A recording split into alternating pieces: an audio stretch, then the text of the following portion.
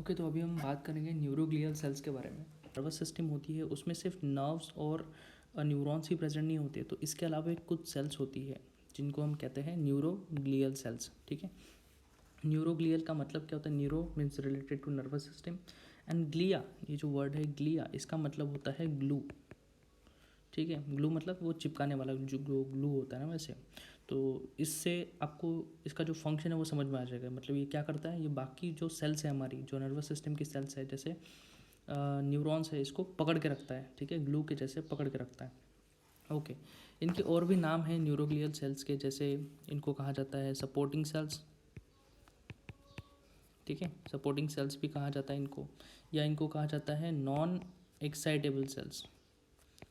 Non excitable cells, ये आपने शायद टिश्यू में पढ़ा होगा, नॉन एक्साइटेबल सेल्स। या और भी एक नाम है जिनको कहा जाता है ग्लियल सेल्स। ठीक है, सारी एक ही चीज़ें हैं। ठीक है, और इनका जो पॉपुलेशन होता है वो अप्रॉक्सीमेटली 10 to 15 टाइम्स मोर होता है। ठीक है, किससे कंपेयर में? जो नर्वस जो न्यूरॉन्स हैं हमारे, उससे 10 से 15 टाइम्स ज़्यादा ये प्रेजेंट होती है नर्वस सिस्टम में।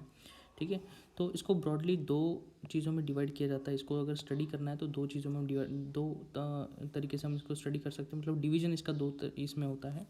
पहला है जो सेंट्रल में प्रेजेंट होती है, मतलब CNS में प्रेजेंट होती है। ठीक है, सेंट्रल नर्वस सिस्टम में प्रेजेंट होती है। और दूसरी है जो पेरीफेरल में प्रेजेंट होती है। ठीक है, पेरीफेरल नर्वस सिस्टम में, PNS में प्रेजेंट होती है। ठीक है, तो जो सेंट्रल नर्वस सिस्टम में जो हमारी सेल्स प्रेजेंट होती है वो कुछ डिफरेंट होती है as compare to the periphery. ठीक है, कैसे देखते हैं अभी। तो जो सेंट्रल नर्वस सिस्टम में जो सेल्स होती है उसमें आती है, जैसे इसमें 3 तरह की सेल्स आती है। ठीक है, पहली होती है एस्ट्रोसाइट्स। एस्ट्रोसाइट्स, दूसरी होती है माइक्रोग्लिया। ठीक है, और तीसरी होती है हमारी ओलिगो डेंड्रोसाइट्स। ड्रोसाइट्स सेल्स। ठीक है, तो 3 तरह की सेल है किसमें? सेंट्रल नर्वस सिस्टम में, जो ग्लियल सेल्स है, मतलब सपोर्टिंग सेल्स है। पहली है एस्ट्रोसाइट्स, फिर है माइक्रोग्लिया, एंड देन ओलिगोडेंड्रोसाइट्स।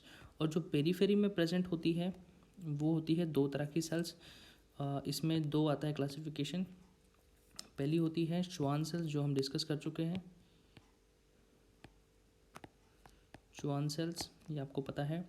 और दूसरी जो है वो है सैटेलाइट सेल्स। ठीक है, तो अभी हम देखेंगे कि ये सेल दिखती कैसे है। ठीक है, जैसे मैंने जितनी बताई है आपको, मतलब astrocytes, microglia, ओलिगोहाइड्रोसाइट्स, Schwann cells and satellite sales, ये दिखती कैसे है।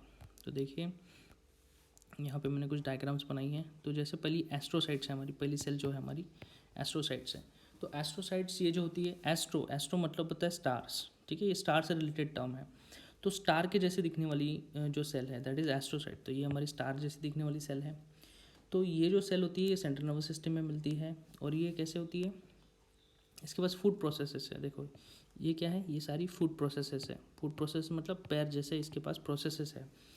तो इससे ये क्या करती है, ये जैसे यहाँ पे एक कैपिलरी बनाई है मैंने, ये कैपिलरीज के ऊपर क्या बनाती है, टाइट बॉन्ड बनाती है। ठीक है, ये देखो कितना टाइटली इसको पकड़ के रखा है इसने। ठीक है, इसको अगर देखेंगे तो ये क्रॉस सेक्शन है। ठीक है, क्रॉस सेक्शन, तो इससे आपको पता चलेगा। तो इससे ये बनाती है ब्लड ब्रेन बैरियर। ठीक है, BBB, ब्लड ब्रेन बैरियर, ये आपने सुना होगा टर्म।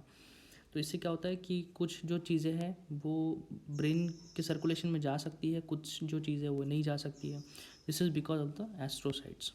ठीक है, और स्पेशली इसका फंक्शन जो होता है वो प्रोवाइड करना होता है, प्रोवाइड कैल्शियम एंड पोटेशियम।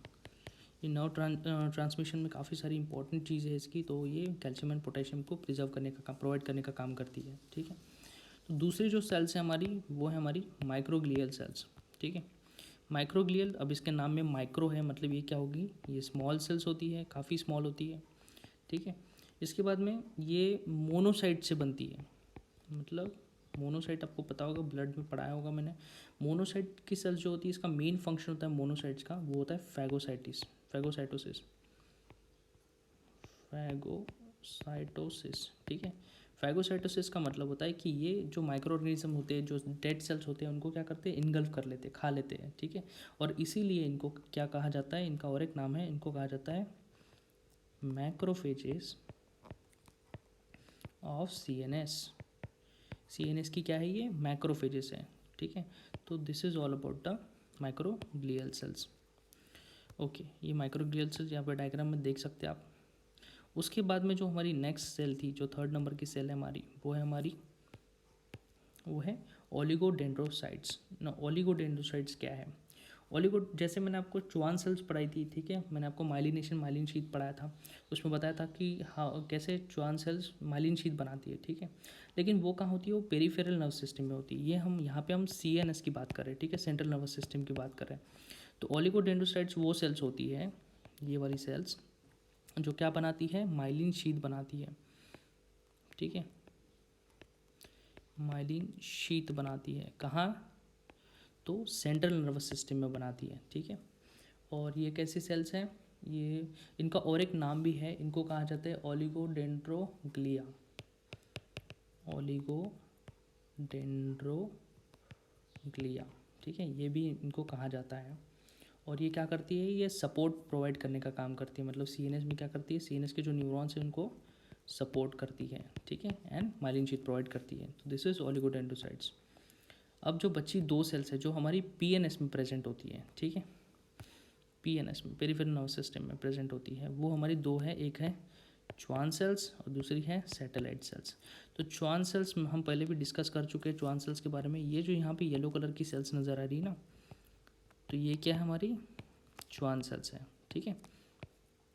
अब देखिए च्वान सेल्स कैसी है, ये भी क्या क्या प्रोवाइड करती है? ये भी ये मेजर ग्लियल सेल्स है PNS की। मतलब जैसे वहाँ पे ओलिगोडेंड्रोसाइट्स क्या करती थी कि मेजर रोल परफॉर्म करती थी माइलिनेशन का, यहाँ पे ये मेजर रोल परफॉर्म कर रही है माइलिनेशन का। किस में? PNS में, पेरिफेरल नर्वस सिस्टम में। और ये PNS में पाई जाने वाली सबसे ज़्यादा सेल्स है, ठीक है, पेरिफेरल नर्वस सिस्टम की सबसे ज़्यादा सेल्स है कौन सी? च्वान सेल्स। और इनमें क्या होता है? इनमें एक प्रॉपर्टी होती है, ये हेल्प करती है किसमें? नर्व रीजनरेशन में,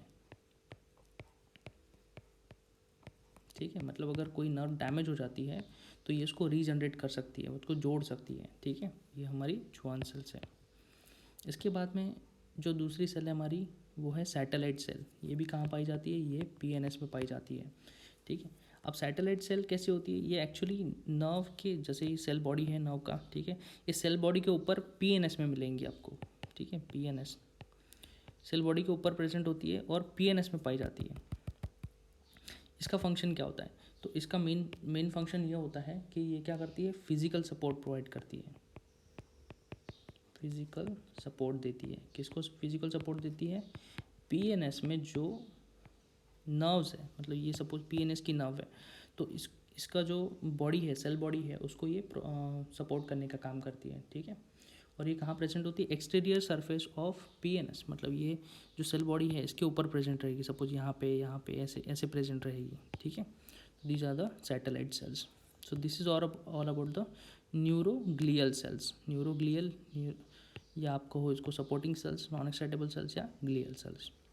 Please like, comment, share and subscribe to my channel Medbiopsy Academy.